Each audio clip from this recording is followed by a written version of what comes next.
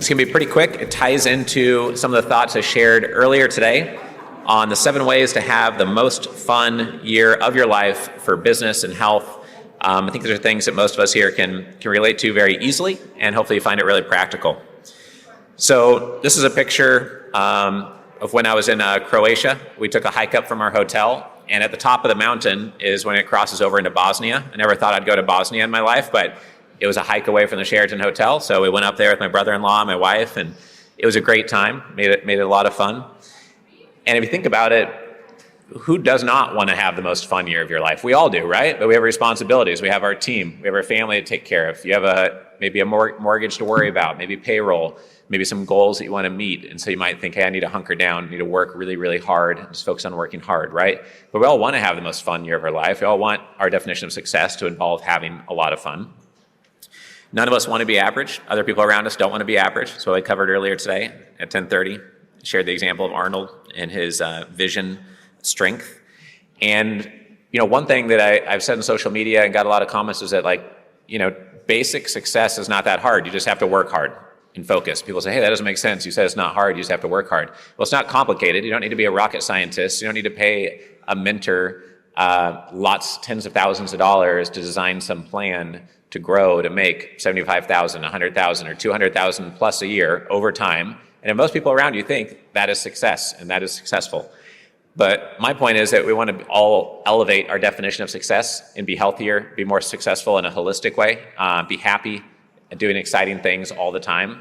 And what I find is that some of the most ultra-wealthy, successful business people I know are very happy. And I'm going to share how it can affect business and how to screen things going on in your business just to remove the stress and toxicity in the business, which can really make everything go faster. Because if you're distracted by what's not working or a stressful employee or partnership, then it kind of muddles the waters and you're slowed down by that versus focusing on adding another team member that's like the rest of your A-class team. So this is my daughter, and we got to flip the coin at the Vienna Vikings game in Austria, which was awesome. She said that she was so nervous that she was shaking before she flipped the coin on the field. So we had to practice on the sidelines. And so that was a lot of fun. It was just a fun, unique experience to take her to a Centimillionaire Strategies conference. This is us doing a lemonade stand just about 3 weeks ago in Scottsdale. We brought in $250 in about 2 hours and a quarter. And every time we go, we come up with some new strategies. This time they had a little sign that says, please help us go see Taylor Swift.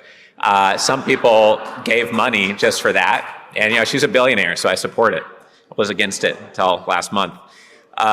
So they have a lot of fun doing this. They get excited by it.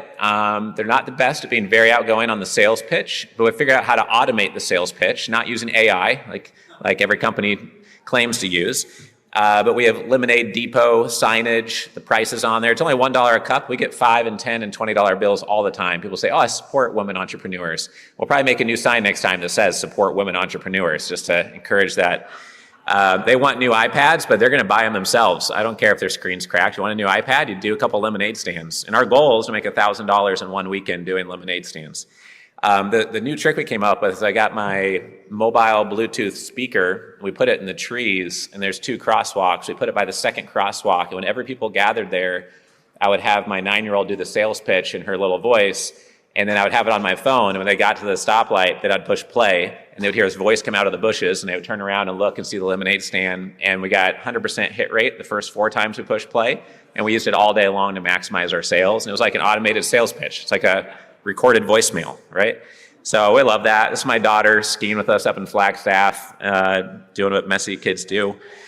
This is us when we were in, where was this, in Rome, and we went to go work out at the gym, and of course they wanted to join me. So for me, this is my definition of fun. For Bo, it's climbing K2 where 25% of people die, and doing fun adventures like that, For you, it's going to be different, right? I told the story of who built these buildings? How could I be someone that does something that big?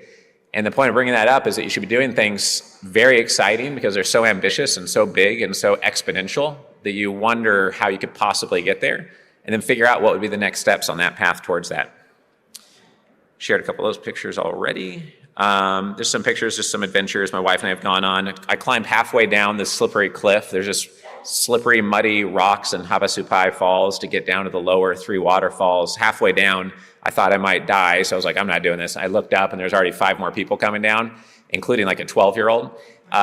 So I kept on going down because I didn't really have a choice at that point, but not sure I'll do that one again. This is West Coast Trail. There's 130 ladders and bridges, and some of them are as tall as 30 stories, like 4 sequences of ladders, and it was awesome. That's in Vancouver Island. This is Olympic National Park with my guy friends. Every May and August, I go with my guy friends on a backpacking trip, and it's great. Talk business, talk personal things, talk family things. Time to get off my phone for once or email. And this is us in Dobrovanik, Croatia. So, but I also have fun in the business, and that's the important thing. Like, of course, okay, yeah, go on a fun trip. Great, that's great, Richard, you get to travel. But having the ability to have fun in your business is the most important part of the message, because that's the non-obvious part. If what you're doing is not fun, then why are you doing it? If anything you're doing is not exciting, then why are you doing it? If you know what your strengths are and what you're excellent at, and what Dan Sullivan would call as your unique ability, then why do you do anything outside your unique ability? Every year, you should look at everything you're doing, cut out 80% if you can, at least 20% of the stuff that's not your unique ability, and chunk it down, and then focus on that 20%. And every year, be doing that, hiring people, outsourcing, shutting down the business unit that's not worth it, reducing things that are a stress or toxic. So that's important. And I get excited working with this because doctors who go to school for a decade, then do a residency, and then start a medical practice and grow to multiple locations, they're 17 years in by the time I talk to them. They're not disappearing to Venezuela or Croatia on me, with investor capital. They usually got debt, they have families, they've invested their whole life. It's their life's work having these medical practices. And I like that. I can sleep at night and they can sell for a big multiple. So to me, that's a definition of exciting in business. Interviewing billionaires. Like, why does Richard Wilson own billionaires.com with a few investors that are here in the club? It's like, why doesn't Goldman Sachs own this? Why doesn't some billionaire own it? Like, everyone would like to have more relationships with billionaires, unless you're, Mark Cuban or Elon Musk yourself, and you can have all the relationships you want. Everyone else needs more relationships. They need distribution. So we shouldn't be able to have this, and we do somehow. And that's exciting. So we want to encourage you to do the same thing. Because without the excitement factor, you're not going to have the grit factor. And the very definition of flow is to work on something that is very important and you're very passionate about it, or you don't enter the state of flow. That's when I get on an airplane, it's a 6-hour trip, we land before I know it, and I've knocked out, tons of work and messages and exciting progress on things. And I don't really see it as work. It's like an exciting adventure, exploring this, exploring that. If something becomes tough, you might have to work through it. But if it becomes too toxic or negative, et cetera, then you just duck out of it and say, okay, we don't need this inside of our universe, right? So I encourage you to do the same. We've talked to hundreds of medical practice owners to close just 6 platform deals to get us minority, 20% and 50% equity stakes in 28 medical practices. To get billionaires.com, as I shared, 152 emails over 12 years. For billionaires.com, we've sent 9,000 emails to get 27 interviews done. Not the best hit rate, but hopefully that goes up and we get some referrals to get more of those done, right? But you wouldn't do that unless you're excited about it. So that shows why it's important. One thing I'm trying to do is inject my brain with an hour of billionaire mental models every day. I listen to the books at 2 or 2.5x speed, so it's really 2 hours or 2.5 hours of billionaire ideas, trying to get input in my brain every day. I don't always get to that. But if you're not working on the exciting projects, things are going to go slow, and it's going to be a brutal slog, basically. So since I started our business, I've sent 161,000 emails. That's not through our CRM. It's just one-off emails that I've written, one at a time. And I'm sure you guys can see where you've had success. It took similar determination and keeping at it over a long period of time. Munger just passed away. I think it was like social media and everywhere was blanketed with notes about that because people respected him so much. And one of the things he said in one of the many videos that people were releasing on social media, which, by the way, what a legacy that Munger leaves if people react that way when he passes away, right? And they would share all of his insights. But he also talked about how being good-natured was a really important strength. He talked about having a sense of humor, and what's the point of doing it if you're not having fun? This is one of the smartest, most successful investment human beings on planet Earth, saying you have to have fun and have a sense of humor and be good-natured, right? That's what we've been talking about through the whole conference, that we're trying to go out of our way to help good people, et cetera. So it's not just like a nice thing to do. It's like what Bo was talking about. It's an advantage on your IQ and your thinking. Just like if you don't sleep enough, your IQ goes down just as much as if you were drunk. right? Same thing as if you're always unhappy and don't like what you're doing, don't like your partners and not excited about your project, then imagine what that does when you compound it all. If you have mediocre employees, if you have bad deals, if you have energy vampires around you all the time, if you let negative media into your brain more often than billionaire mental models, those are all things that infect your brain. And if you have a great team, it's like an immune system. A new team member will not survive in that petri dish. They will be kicked out without you having to do anything. And they'll probably quit, or your team members will tell you what needs to happen. So sometimes there's an employee who creates great results, but just really hurts the company culture. We've all had to deal with those before. And usually there's 2 to 4 clients that take up all your time, and the other clients are all great to work with, has been my experience. So all things to cut out to make life more fun. And as I mentioned yesterday, the reason why I see billionaires getting exponential results is stacking the great business models, investment structures, access to capital, reputation, seeing deals first exclusively at better valuations, plus they know themselves so well, why would they do anything that's not enjoyable, right? Why would you spend time on something that's super painful when you're worth $1 billion plus? You're only going to work on what you're super passionate about. So I think that's really important for all of us to try to do, whether your goal is to get to 5 million or 1 million or 10 million or 50 million or higher net worth. It all applies. When I started this business, I was in the basement apartment in Harvard Square, and I didn't have $1,000 in my bank account to pay rent that month.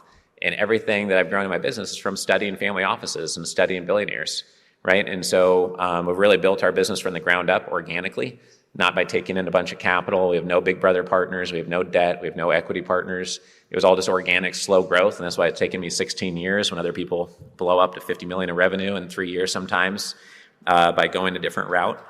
So I get excited studying all this stuff, and there's many reasons why you want to have the most fun year of your life, but sometimes defining how you're going to get there, I think, is important. And there's been several people that once we mentioned this message and the message of being ultra healthy, like one of our members, don't want to put him on the spot, is here in the room. He's lost 65 pounds in the last 18 months because he heard this message at one of our mastermind events, right? And what you need to do to cut out of your life to have the most fun year of your life is going to be different than what it is for other people. But you probably want your legacy to be about not just work, work, work, and your whole life should be work, work, work, have no fun, don't do things for other people, don't do fun things for yourself, don't be a happy person, don't have a social life, right? Almost none of us want that.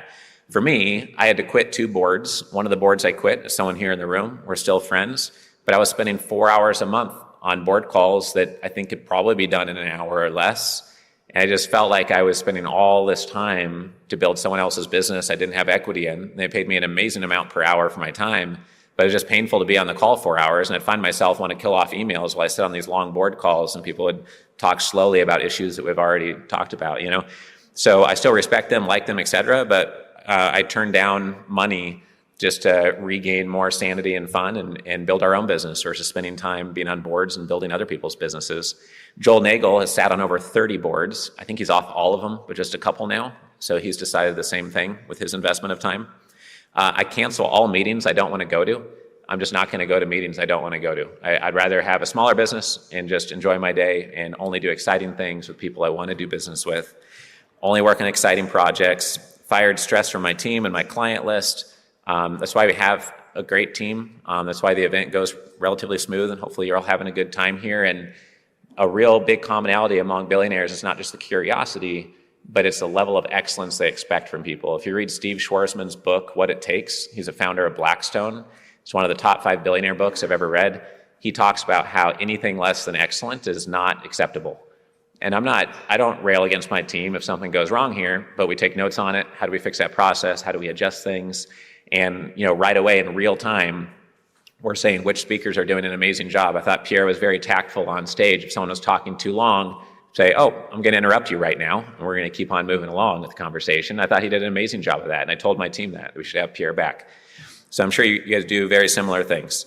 Last point here, one of my themes during COVID was just do it. I had delayed a long time on some ideas, and I realized, man, I'm 14 years into this thing, 13 years into the thing. What am I waiting for to turn 50 before I do some of these ideas? So that's when we bought commercialrealestate.com, bought billionaires.com, quadrupled our social media presence, bought social media assets in dentistry, and really been growing much faster and being a little bit more transparent with what I care about on the health side, and having fun while also making your business actually fun to run, which usually means you're running a better business. So I would encourage you to write down a couple of ideas. I'm sure you've been thinking about them as I'm talking about quitting a consulting engagement, that it's like part of your brain, because all of us had to be resourceful to start our businesses, turning down small or now moderate amounts of money. You're not used to doing that, but have more of an abundance mindset and focus on what's working, what's exciting, what your biggest strengths are. Sometimes it takes a little courage to know that your own business is going to fill that gap instead of selling your soul by the hour to build somebody else's business, right? That's something I really try to get away from. So it might mean quitting a board. It might mean firing a team member next week. It might be ending a partnership. It might be focusing on 3 things instead of 7. For you, it's going to mean something totally different than me.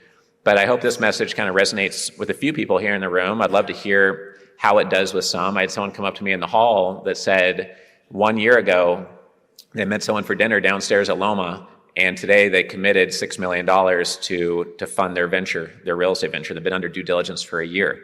I also met someone out in the hall, shook my hand, and said 1.5 years ago, I talked about having an accountability partner that for 13 years I have a call with every Monday. And we set our number 1 goal for the week and keep each other accountable. And this time of year, we have all of our goals for next year established. So January 1st hits, and we're on version 8 of our annual goals and hitting the ground running. And he said he found an accountability partner at a family office club event. I'd never heard of that idea. And every Sunday at 6 p.m., they have a call and they hold each other accountable. So I hope you meet friends here in the room. I hope you meet clients. I hope you meet JV partners. I hope you hear about exciting investment structures, trends in the industry, grow conviction in what you're already doing, figure out how to focus to have a more fun, profitable business, a better investment portfolio, train the next gen in a way that's appropriate with your values and skills. And I hope you see our investor club as a perpetual learning machine. That's how I see it. And I would just encourage you just to write down real quick something that you could take action on right now to make it the most fun year of your life, whether it's going on an epic trip with your spouse or your kids, bringing next gen to one of our next events to train them, if that would make it more fun, etc. And encourage you to take some action on that so you get a unique type of value out of being here, because most investment conferences don't talk about maximizing your fun. And I think it's important that it makes you more profitable. I also want to thank my team again. I'm not going to take up your cocktail time by reading off all their names, but appreciate you treating them with respect. And as you all have been, everyone's been great. And I think everything's been going really well, at least from our perspective here at the event today.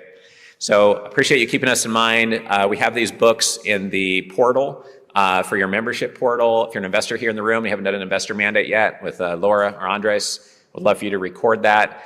Let's enjoy some networking cocktails now, and we'll see you tomorrow back here in the room at 10 a.m. for the last day of the Family Office Super Summit. Thank you, everybody. Join the Family Office Club by visiting familyoffices.com.